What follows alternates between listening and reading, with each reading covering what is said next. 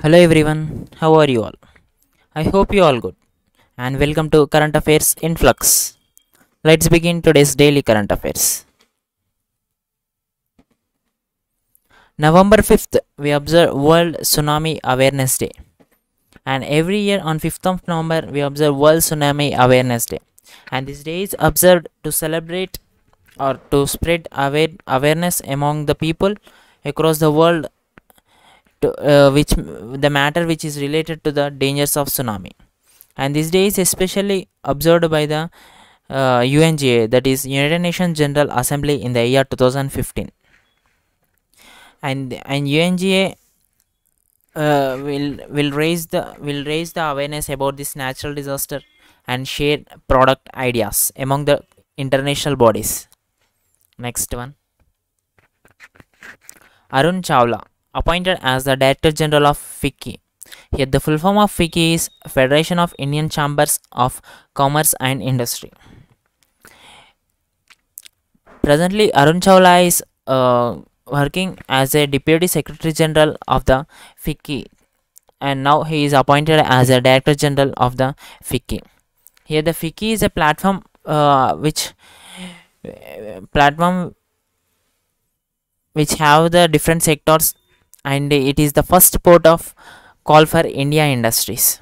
Here, the President of FICCI is Uday Shankar, and the Secretary General is Dilip Chenoy, which is headquartered in New Delhi, and it is founded in the year 1927. Next one, Center appoints Justice Ramalingam Sudhakar as President of NCLT. Here, the full form of NCLT is National Company Law Tribunal, and the center has appointed the Ramalingam Sudhakar as the President of NCLT. Here, the Ramalingam Sudhakar is the former Chief Justice of Manipur High Court, and he is appointed as the President of NCLT for a period of 5 years. Next one, IREDA launches whistleblower portal. Here, the full form of IREDA is Indian Renewable Energy Development Agency Limited, and it has launched a whistleblower portal as the part of the celebration of Vigilance Awareness Week 2021. Here we observe Vigilance Awareness Week 2021 from 26th of November to 26th of October to 1st of November. And this portal has been developed by the IT team of the company, and will help the IREDA employees to raise concerns related to fraud, corruption, and abuse of power, among the other things. And this portal is launched by the Chairman and Managing Director of IREDA, Pradeep Kumar Das. Here, IREDA is headquartered in New Delhi, which is founded in the year 1987. Next one, Ganga Utsav 2021, the River Festival, celebrated from 1st of November to the 3rd of November. And Ganga Utsav is celebrated by NMCG, that is National Mission for Clean Ganga. It celebrates Ganga Utsav, and this is the 5th edition of this Ganga Utsav 2021. It has been celebrated virtually, and every year this Utsav, the river festival, was celebrated to mark the anniversary of announcement of River Ganga as the national river. And for this year, this festival is celebrated from 1st of November to the 3rd of November. Where this Ganga Utsav 2021 is not only celebrated by just River Ganga, but all the rivers across the country also. And this year, it is a part of the ongoing celebrations of the 75 years of Independence Day and the Azadi Ka Amrit Mahotsav. Whereas this event is organized by the under the leadership of Ministry of Jal Shakti, and the Minister of Jal Shakti is Gajendra Singh Shekhawat. Next one, WHO approves Bharat Biotech's Covaxin for emergency use.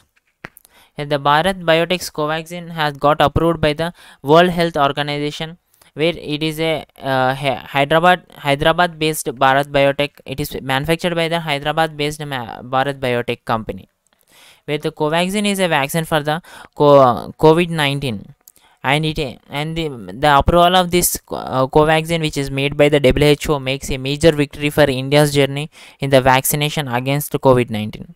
And Covaxin, this vaccine can be used in the as purpose of the emergency use for for the people who are 18 years and above.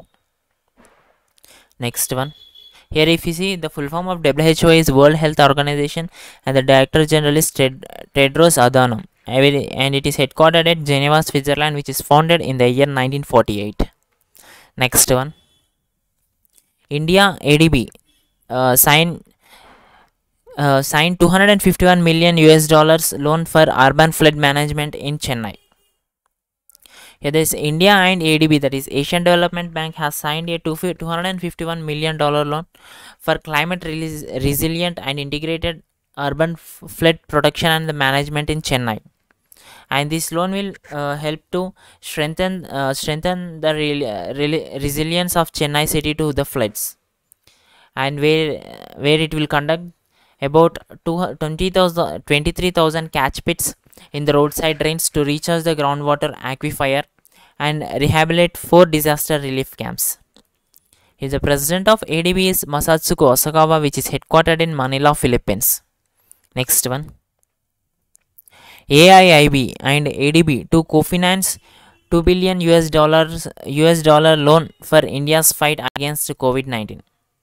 Here the AIIB, that is Asian Infrastructure Investment Bank and Asian Development Bank, will both will co-finance to provide a $2 billion US dollar loan for the India's fight against COVID-19. And these provide the loan under Asia Pacific Vaccine Access Facility, that is APVAX. And if we see about these two banks, which will give separately, AIIB, that is Asian Infrastructure Investment Bank, will give 500 million US dollar loan for India, and whereas the ADB, that is Asian Development Bank, will finance 1.5 billion US dollars for India to fight against the COVID-19. If we see about the AIIB, the full form of AIIB is Asian Infrastructure Investment Bank, and the president of AIIB is Jin Linquin, whereas it is headquartered in Beijing, China. Next one. Jammu and Kashmir team is in the first position in World Deaf Judo Championship. Here the Jammu and Kashmir team has been in the first position in the World Deaf Judo Championship, which is held in the Paris, France. Whereas this championship was held at the France, and which is organized by the International Committee of Sports for the Deaf, and the president of the International Committee of the Sports for the Deaf is Rebecca Adam. Next one. Harbhajan Singh and Javagal Srinath awarded MCC Life membership. Here the full form of MCC is Marylebone Cricket Club. These two persons who is from India, that is Harbhajan Singh and Javagal Srinath from India, has awarded the MCC Life membership.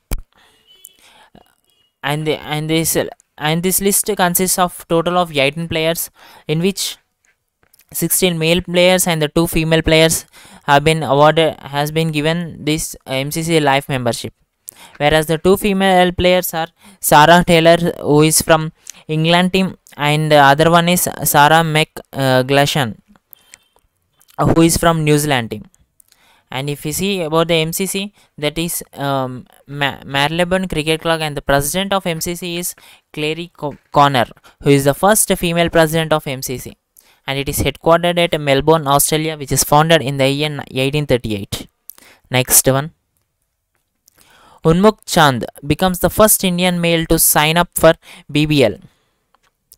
Here the BBL means Big Bash League, and here the Unmukh Chand has become the first Indian male cricketer to sign up for the Big Bash League, and he is set to feature in the Melbourne Renegades side in the upcoming editions, where Unmukh Chand has led India to win the World Cup title in the year 2012 in the under-19 category.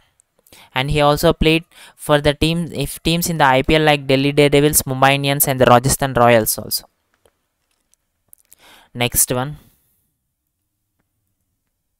South African author Galgut wins 2021 Booker Prize for the novel called The Promise. Here, the Daman Galgut is a South African playwright and a novelist, and he won the 2021 Booker Prize for the novel called The Promise. And this is his third shortlisted novel, which chronicles a family in his homeland from the late apartheid era. He also here the Galgut has took the prize on his third time as a finalist, and he also previously shortlisted for the Good Doctor in the 2003 also. Next one. Former Prime Minister of Afghanistan Ahmed Shah Ahmedzai passes away at 77. Ahmed Shah is a former Prime Minister of Afghanistan, and he was known as a renowned jihadi leader who is passed away at the age of 77 in Kabul, Afghanistan. And he served as a acting Prime Minister of Afghanistan under the during the period of 1995 to 1996. Next. Thank you everyone. Stay safe and stay strong.